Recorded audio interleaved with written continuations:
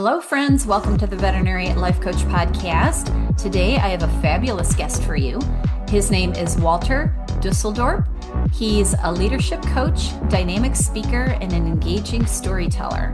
He's a passionate advocate for personal development and mentorship, and he's dedicated to empowering individuals to unlock their full potential. He's the founder of the DutchMentor.com, where he shares valuable resources and tools for personal and professional growth. Welcome to the podcast, Walter. Well, thank you, Julie, for inviting me. I look forward to a great session today and adding some value to your audience. Well, I'm sure you will. I was reading over the information about you and getting to know what you do, and I think it all applies to us. So I'm excited Wonderful. to learn Excellent. about what you do. So my first question to all my guests is always to ask me to tell them their story. So if you could tell us your story Sure, and how you absolutely. got to where you are.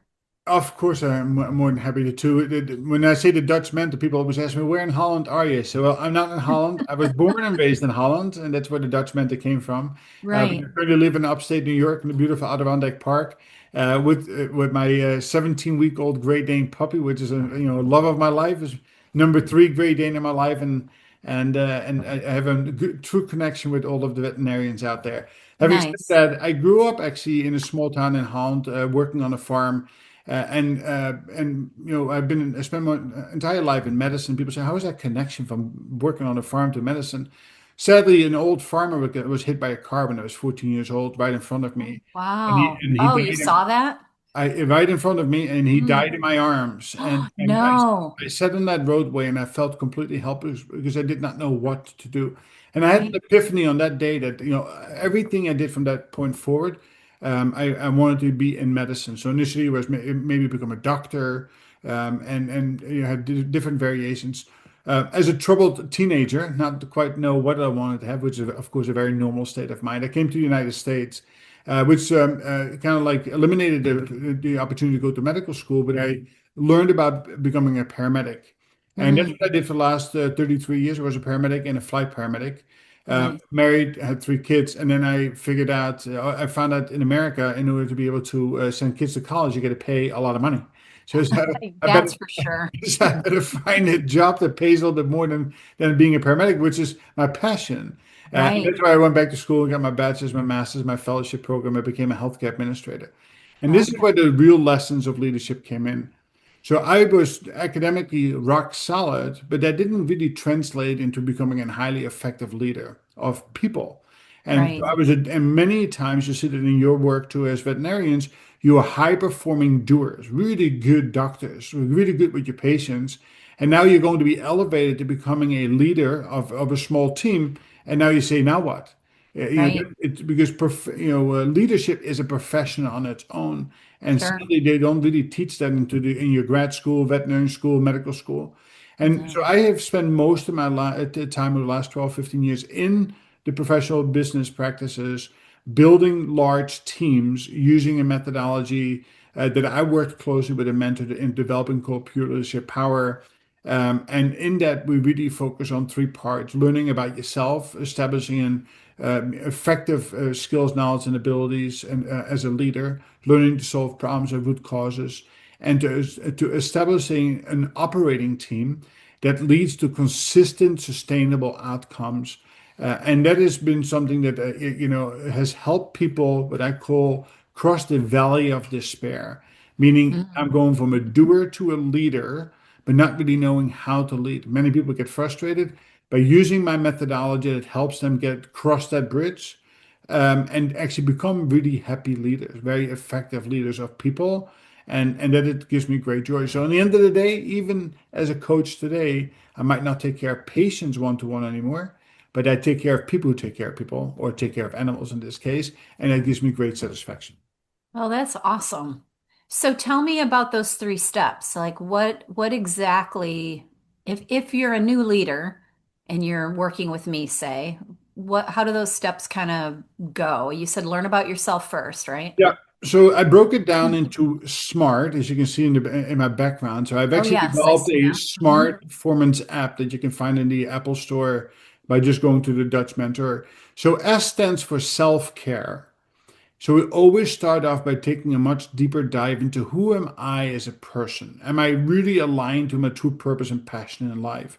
And sadly, there's a lot of people who are at a near burnout, and part of the reason that is because they've been working in a profession or a line of work that they don't really feel all that Doesn't suit passionate about. them. Yeah. So we start there, and then it is about how can I shift from a negative, which is a natural state of mind, to a positive state of mind, to Hmm. visioning and priming. How can we establish healthy habits in life so we can really make sure that our foundation, our mental wellness, spiritual wellness, physical wellness, relational wellness, and financial wellness is all in order, or we know how to interact with it because it's always in a state of flux. How do we learn to tell stories? Because storytelling is the most powerful way to get to lead through context, which is one of the requirements. And we talk about your why and talking about your individual development plan. In other words, what is your big dream and how to get to that? So that's really the self-care part, the S. The M stands for mindful growth. So in there, that's the part of the Pure Leadership Power One, where we're going to dive into who are you as a leader today? Who have you been surrounded by? Because you are going to act like the five last people that you have worked with, and often Sure. it's not really good. And we're going to reshape that into the leader that you want to be based on some very good principles of learning to lead with confident humility or establishing you as a situational leader. And then you learn the fundamentals of leadership, the responsibilities, loving the people that you lead, and leading to the why and not to control. How to create this winning environment in your with your team, and how to work with great focus. Learning how to motivate and how to build meaningful partnerships. That's really the foundation. So it starts with I, then it becomes we, and then it's about how can you lead outwardly to build this highly effective team. And that takes some time, right? It takes real hard work of people. But what I do is everything should be actionable. So my slogan for the business is that in 15 minutes per day, you too can be the leader you always wanted to have, or the leader that your team needs to thrive under. So that Mm, is something that you can become anything alive 15 minutes a day. Want to right. learn how to play a piano? Just play 15 minutes a day, every day. And the Sure. first thing we encounter, Julie, is that people are not very good at sticking to something. Right? That's They for do it sure, for right? three or That's four why we days. coach. That's right. They do it for 3 or 4 days and then they drop off. So the philosophy behind the app and the product and the service is you need to take action and you need Hmm. to learn to be accountable and you need to measure that. And that is really, if you combine those three pieces of puzzle together and you truly, commit yourself to 15 minutes a day of continuous learning and development, that's that growth mindset, amazing things can happen. Sure. Yeah. So do you have a philosophy that anybody can become a leader? Because I know sometimes people think, we have natural leadership qualities, and some people are naturally a little bit more prone to that. But do you think if anybody, if they have the idea that they want to become a better leader, that they can use some of these steps to get there? Yeah, without a doubt. So my philosophy is this: there are people who are innate leaders. There's no Sure. question. It's a very small percent, maybe 5%. On the flip side, there is probably 25% of people who should never lead anybody because they can barely lead themselves. They too need to come to That's that probably discovery. true. But everybody in between, and that's why I say I don't work on a program. The Smart app is not a lesson plan. You go A, B, C, D. You have to meet the person where they are, and they need to go on the self-discovery process with preferably with help of a mentor to understand where they are. What is the realistic you today, and Sure. what is the realistic you that you want to be going forward? And once you understand that, you can go on that journey and you dedicate enough time to it. Any one of us can learn how to become an effective leader. The question is, of course, there's many people who will come once and stay in, are fully deeply committed and become highly successful. You have people who dabber in and out, and then you have people who come once and leave and never come back. Well, listen, that's Alcoholics Anonymous, by the way. That's the recovery process of alcoholics. Well, that's no Right. different for leaders, by the way, right? Yeah. Is that if you want to become a highly effective leader, you're going to become a student of leadership for life. That's the key Yes, to I success. believe that. Yeah. Yeah, because I mean, I've been a leader for years with my own hospital, but it is a constantly changing, constantly growing state. Yeah. You never really arrive. You should not want to arrive because as soon as you arrive, you become stagnant. Right? Mm, It is you become complacent. So your role as the leader is to lead with vision and clarity and purpose. And your role is not to fix the issues on the ground floor, but your role is to look into the future for opportunities and for changes. And there's always change, right? I don't care if you work in a veterinary hospital or a human hospital, constant. technology advances so quickly. And if we don't keep up with that, well, that's the role of the executive leader. Of course, the directors and below it are going to help you interpret that or challenge you that and operationalize these. So everybody on no matter what level of the organization you're in has a role to play as a leader. And that's why it is exciting to be in leadership. And if you want to climb that proverbial ladder, there's always something else that needs to be done while we are celebrating the successes along the way. So we don't want to go on this journey that there's never a success or we're never happy. You want to Right. happy along the way while still challenging yourself to continue to learn and mold and just think about managing Generation X versus Generation Z. It's a different challenge. You better adapt to that because not good luck running a business. Right, right. So talk to me a little bit about how you foster that, I guess, that level of trust and engagement with your business and your kind of your culture. The culture in vet med is kind of the buzzword for your hospital. But talk to me a little bit about that as a leader. What can you do to make that grow? Yeah, so I would encourage people to write down three equations for a leader that need to be in a very prominent location in your room so you always understand that these are the drivers. Number one is to build a high performance team. You need to have a function between trust and engagement. If Okay. there is no trust, I don't care how much you engage with them, you cannot become high performing. If you build trust but you don't engage them, they won't be high performing. So you need to pay equal attention, really a little bit more to trust, building trust and maintaining trust, and engage the people. So you cannot do things to them, you need to do them with them. With them, And yes. preferably, you even want to shift the responsibility from you as the owner to them as the performer, including allowing them to fail from time to time, because much is learned from that, with Right. accountability back to you. So that's equation number one. The second equation is, and this is a hard one that people, because people tend to work on the wrong side of the equation. So, a high performance team is a function of a technical skill multiplied by behavioral capacity. So Mm, often when things go wrong or we are not performing at the level we want to, we go back and we retrain for technical skills. But that's really not the root. The root cause often lies in the behavior.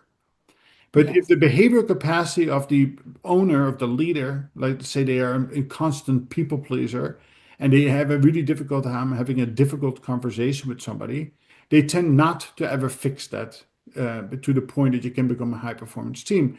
So Right. when I work with leaders, the first thing one of the areas we want to look into is that what is your reality versus how you are perceived? Much we can learn from just that simple conversation. And then it is about how do you have a difficult conversation? Now, interesting enough, and I'm sure you have experienced yourself, even if we have a difficult conversation, as leaders, we are really lousy at following up. Mm. Because Yeah, we because you get, think you fixed it, right? You yeah, have the we get, conversation and then you're like, done. yeah. And Hmm. what happens? Well, we didn't change the It happens behavior. again. And happens again and again and again. And really, we should look in the mirror and blame ourselves for that, not even the person. So, learning how to motivate people with fears to solve or learn to work with behaviors is critical. The last piece of the puzzle is that people, the leader, and anybody needs to understand that events are going to happen. Good things and bad things will happen. I don't care where you are, what you work, it That's will life, happen. right? Life is up and down. Yeah. And once those events happen, we have two choices. We can either react to them or we can respond to them. Mm. And out of that will come an outcome. The problem is that most people tend to react to things, and reacting always delivers an outcome worse than if you respond to it. So learning to respond. So I would write down three letters on a post-it note and keep it at the door, and always remember E plus R equals O, and take it to heart. If you learn to respond upper brain thoughtfully, then you will be better off than do it lower brain. Now, you're in emergency services. If somebody gets a dog goes into cardiac arrest, we all know what needs to be done, A, B, C. Right, But right. even that, we need to think for a nanosecond: are we safe? Is the dog or the animal safe? Do we have the equipment? Do we have just a nanosecond in that scenario or a longer period of time of saying, listen, let me think about this for a second and come up with, let me consult a few people, let me come up with. And that is very difficult to do. Most people feel the need to give an immediate response. Mm-hmm. And that is not always the best response. It Sometimes we almost need to learn never to is, I say, think. yeah, sometimes we need to say, listen, I don't know. Right. Right? Some people, some leaders feel the need that they need to know everything, and that's not true. It's okay to say, "Listen, I don't know. Let me do some research. I'll get back to you in a week if it's not urgent. Or let me get back to you in 10 minutes." But to make that decision in the moment is reacting, and that often leads to outcomes that you prefer to take back and redo at a later time. Yeah, and that's a difficult thing to do because our brain is so quick and so negative. It's really hard to take a beat to stop and think. And I learned that a lot as a leader. Sometimes I would call it like the 24-hour rule. Hmm. Like, and I'm just going to think on this for 24 hours before I talk to this person or address this issue or whatever. Because oftentimes, if you spend a little bit of time thinking, you'll make better choices Yep. than We if are you. very impulsive by nature. Mhm. And it's so funny. You try it with the teenage kids at home. If you want to buy something, I'm okay with that, but you need to wait for 3 days before you buy it. Mm. What does that mean? Well, trust me, in 3 days from now, you want to buy something else. You have long It's true. forgotten, right? So Right. in business, that really works as well, right? It's just taking that intentional pause that gives you that stage upper brain so you can Yes. process things out. And people say, well, what about analysis paralysis? Well, that's a different behavior than what Sure. we're talking about, Yeah, right? you can overdo it, right? You can overthink things and overanalyze, and yeah, But that's that's a different behavioral issue that we would need to address. And if you are an analyzer and not a decision maker as a leader, that will become very apparent. And that is something that other people will point out. So through that assessment of who am I as a person, how am I perceived, your people around you will tell you that's a blind spot that you have, that you overanalyze. Well, once you know that, now you can try to overcome that address that. Yeah. address it. Correct. Yeah. Or if you're impulsive, you can work Website. on that. Yep, yep. Yeah. And I love and that. I always laugh. I said, the best way to know that it is something that you're really, really good at or something that could be a career break is this. Don't react to the first time somebody tells you that. And I said, what do you mean with this? Well, I use the analogy this. If somebody comes up to me and says, Walter, your hair looks funny, I said, screw you. Who are you to tell me my hair looks funny? And then somebody comes to me and says, Walter, your hair looks funny. I say, okay, well, whatever. And then if the third person comes to me and says, hey, Walter, your hair looks funny. Well, Walter better go to the bathroom and look in the mirror because his hair's looking funny, right? Right. Right. You hear that you're not a good listener two, three, four times, you're probably not a good listener. So don't react to the first thing or only one opinion because that every one of us has an opinion. But if you hear it consistently, that becomes the truth. Now that helps you identify your differentiating strength. What is your superpower? That is Right. that you can discover that through that process, but also what are your potential career blockers or your shortcomings? So, do you have a favorite way to learn about yourself? Like, do you like the personality profiles like DISC or Enneagram or Myers-Briggs, or is it more like self-exploration or having a coach to help you with that? How do you recommend people figure themselves out? So Myers-Briggs and DISC all non-research, blah blah blah. Somebody is making money off that. And to be honest with you, I love it when people introduce. I'm an ENJMK. What does that really mean, right? It's a label, right? It's in the short term it's BS. So what I would much stronger suggest people to do is to ask 15 to 20 people around them who are willing to tell you the truth Okay. and to answer three questions. What is my super strength? What is my blind spot? And what should I do more of? And through that discovery process, if you collect 8, 9, 10 out of the 15, and you answer one for yourself before you even start the process, it is absolutely amazing what you can learn about yourself. Because what we tend to do is we manage what I know, what I believe I am, but we need to learn how we are perceived. Because at the end of the day, it really doesn't make a difference Doesn't that matter. who I think I am, and that's what DISC and Bryce makes and all that. That's all based on your opinion, but that Sure. can make a difference. But how you are perceived matters, and that's the part of the difficulty of people management. That's why you need to make adjustments. Now, interesting enough. And that's why I'm in support of situational leadership style or servant leadership style. You might have to make adjustments in your style depending who's in front of you. Oh, absolutely. I believe And that's true. and the quicker you can master that and then leverage your super strength and having a deep understanding of your weakness or your blind spot, the better off of a leader you will be. Yeah. That's absolutely true. What about what about mentorship and getting help being a leader? Because when you're put in a position of leadership, sometimes you're it. You're like the where the buck stops, and there's no one above you to help you through that leadership. So what do you recommend there? Obviously, a coach like you would be a good mentor, Yeah, but but where do I'll you? take it broad. I'll take a broad step. And so first thing is that because it's the Olympics in Italy, my Oh use yeah, of I love the analogy, Olympics. I can promise you not a single athlete in the Olympics got there on their own. They Oh, all been surrounded by loving and caring parents or friends or family. They right. were surrounded by coaches and mentors of different flavors, and each one of them drove them to the highest level of performance. So why do you think a doctor, nurse, technician, administrator that you should do it alone? It's different. Right? Yeah, So know that those who seek help tend to accelerate, have a deeper understanding of self. very true. So, Yeah. building out a network, and I call that's the T of my smart, building out a thriving network. So, in college, you should be focusing not only on completing your work, but also finding some people who are really smart but different from you. Build a very diverse, thriving community around you. People that you can draw from as time goes on, as you're looking for jobs or unique needs expertise. The second thing is that when you have an opportunity to join an organization, ask if they will coach you or pay for a mentor to work with you as you transition into a new role itself. Okay, so if you're put in a leadership position, ask if there's mentorship available. Yes.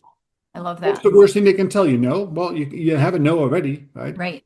And then once you're in the leadership role, and if they don't do it, don't be silly. Make it a point for yourself to listen. Let me find somebody, and that's what the difference between. And I would recommend people to get a mentor. A mentor is somebody who speaks from deep personal experience. A Right. coach, which I'm a certified coach as well, Sure. it talks more strategy, more more higher level Yeah, it's a athlete different questions. skill, right? It It's is. it's It a is. coach has one skill, a mentor has, and it could be the same person. It's Yeah, just a different way of yeah. working with people. Yeah.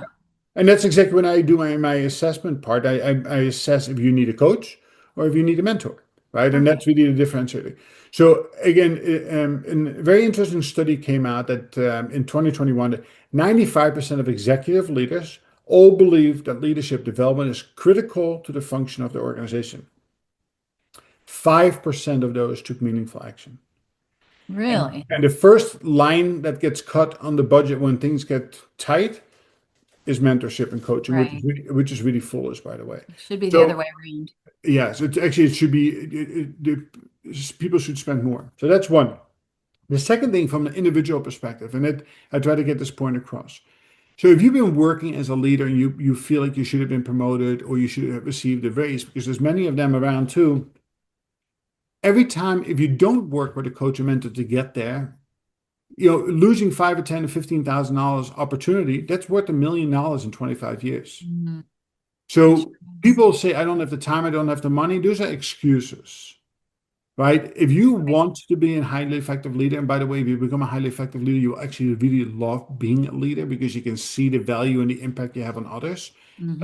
And not, this is not all about money. This is about how you make people feel, right? Myo Right. Angelou, Right. right? It's not what you do to people or do for people, it's how you make them feel. That is really critically important. So again, on the end of the day, my recommendation is to never go at it alone. Seek out a mentor, You don't depend on your boss to be the mentor. And people say, well, what do you mean by that? Because every single last one of them will promise that they will coach and mentor you. And 99.9% of them don't have the time to do any of that. Right.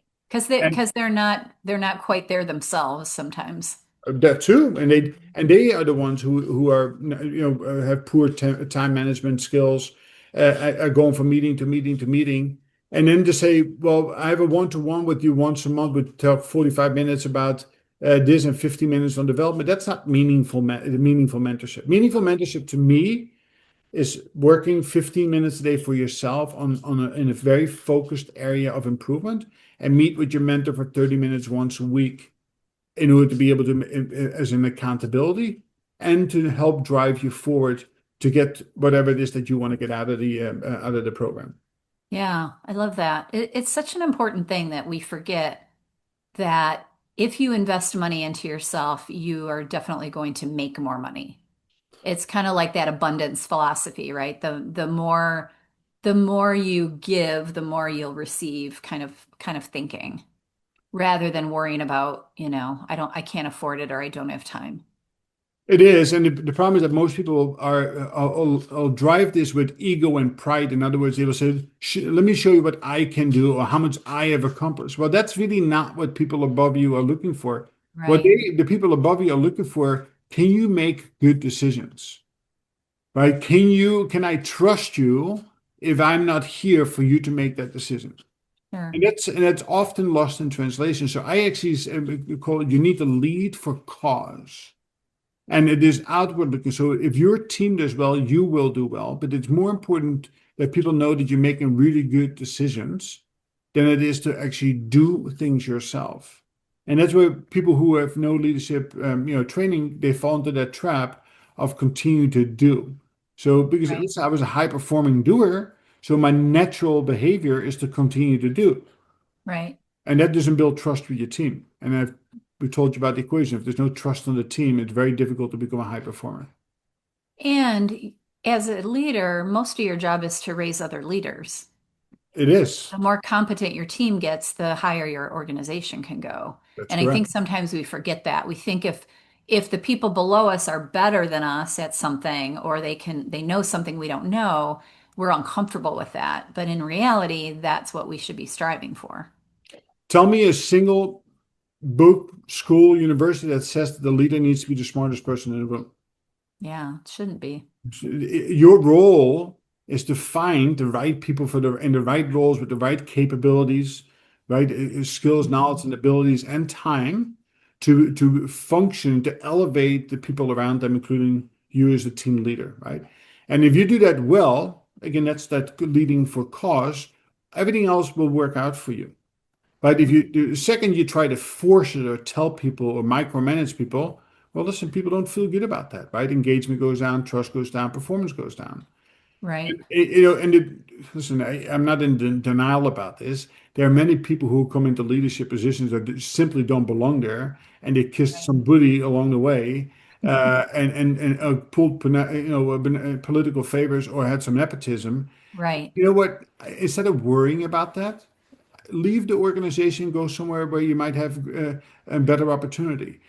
So don't get caught up in people's nonsense. You need to worry about you and your team and how you set yourself up for success. And that is really, the power move going forward, right? It is you have control over you, nobody else. Right. And if you try to do the right things every single day, surround yourself by brilliant people. You don't need to be the smartest person. You elevate them. You truly understand the intrinsic values of the people that you lead, and you interact with that. Somebody wants to challenge me, then challenge them. Hear me, inform them, right? If you do that well, all the other things will work out. Yeah, I love that. So what have I not asked you yet that I should? Well, that's a good question. That is the meaningful metrics piece of it. So we not only we did all the things we just talked about are meaningless unless we keep track of how well we are doing. Mm, So okay. if you want to be successful, you can do that 15 minutes per day. But if you say I'm going to do it, you're likely to not do it. So, but if you keep a tracker, so in my app there's a performance tracker. I mean, that every day you focus 15 minutes to listening, doing, and or teaching, and you track yourself, you give yourself a green today for performing. I need to walk 3 times a week for 30 minutes. Well, you score yourself on how well you walk, red, yellow, or green. Anybody who measures their habits and behaviors will perform better. And the promise you have to make to yourself is that scoring green, you need to be honest with yourself. If you score yellow and red, if you have more than two in a row, you need to take a countermeasure. And Yeah, this no is what cheating. yeah, well, the part of the problem with the performance of teams is this, right? So on January 1st, we said, we're going to get to the 75th percentile. Everybody's enthusiastic. Oh, we're going to make it. We're going to do it as a team. And halfway through the year, you're at 65%. And what happens is that the boss says, well, listen, I'm really happy at 70. We lower the expectations Oh, rather than God. raising the accountability and the action attached to it in order to get to where we want to go. As long as that initial point was set as a realistic stretch goal. And again, that's a behavior, right? Because I'd rather go to my boss and say that, oh, my team is doing great, and to say, listen, my team is falling short. Right. Well, in reality, 75% of teams are falling well short of their performance expectations. But if you ask them, it's only about 25% of the teams. Right. That's a behavior. But it's Right. also about part of the reason why organizations are flat and not performing and not growing and not the same as the highest qualities of organization. By being brutally honest with yourself and with the team and being accountable to that and taking, and that's the last step of that, is to take appropriate countermeasures is something that's important. So with measurement, you should have daily reviews of your driving metrics and a weekly review of your outcome metric, and then couple that with wins, celebrating them, and shortcomings or shortfalls with countermeasures. Not demeaning ones, but meaningful countermeasures to get reestablished. And how do you feel that leaders address those shortcomings most effectively? If you have a team member that's just not cutting it, do you have advice for that? Yeah. So first thing I would do is to stop telling people what they need to do to be compliant. Okay. Because people don't like to be told what to do. That doesn't engage. Often when you bring somebody in and you tell somebody they're in lower brain, they don't even hear you anyhow. Right. But what you can do is to say to them, say, hey, listen, this is the organizational standard.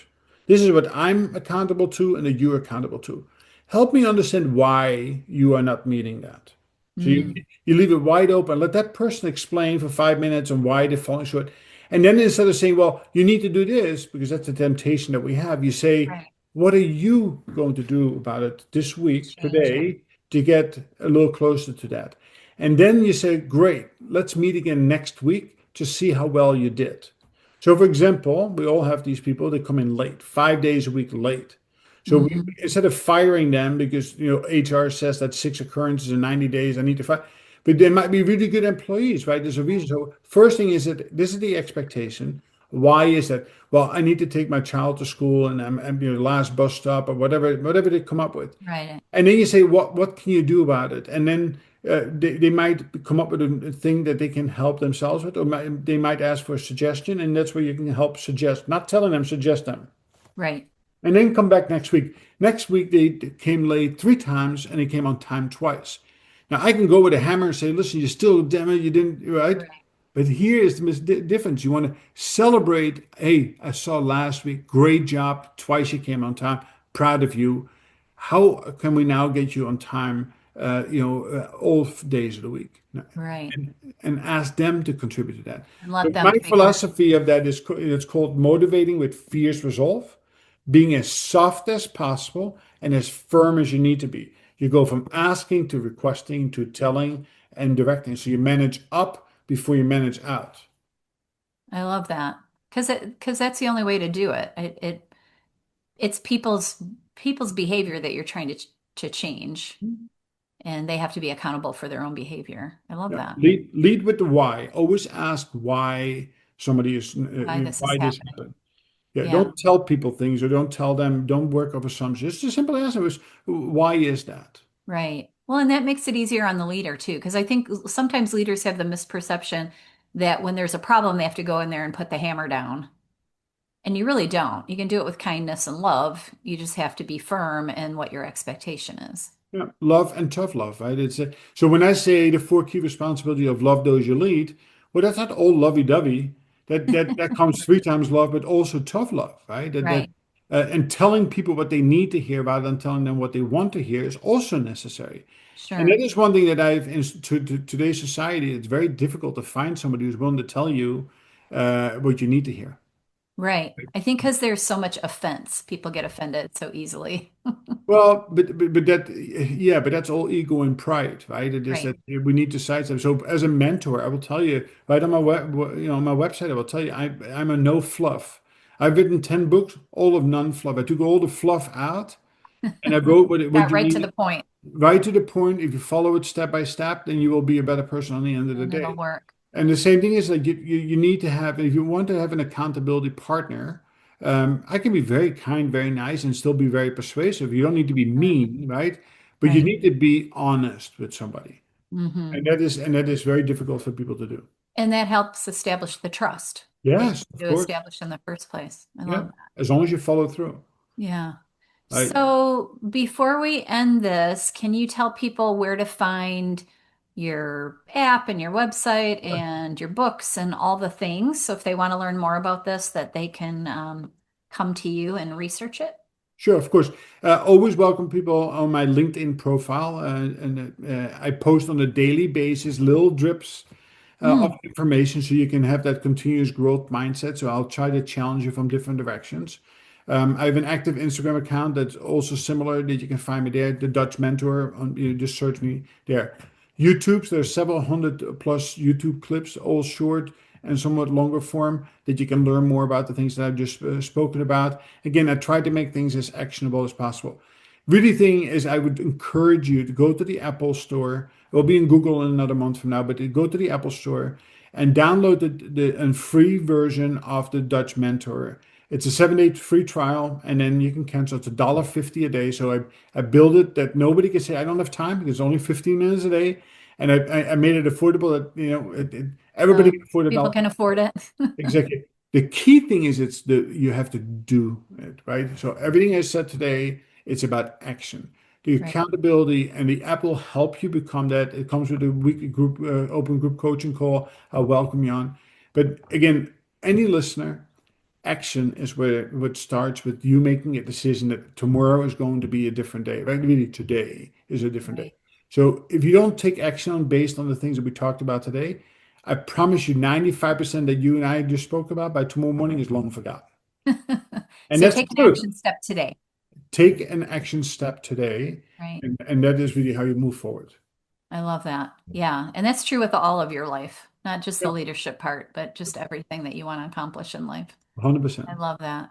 Well, I really appreciate you being here. It was a lot of fun talking to you. You have great information. I'm going to check all this stuff out, and I hope people that are listening do as well. We all need to be better leaders, not only of our teams, but of ourselves. Uh, I think that's it's truth to power right there. so important. Yeah, so important. So, this is the Dutch mentor, Walter Dusseldorp. Thank you, Julie. Have a wonderful day, and I appreciate Yeah, you everyone listening. have a beautiful week. Bye. Thank you. It was really fun. Bye. Bye bye.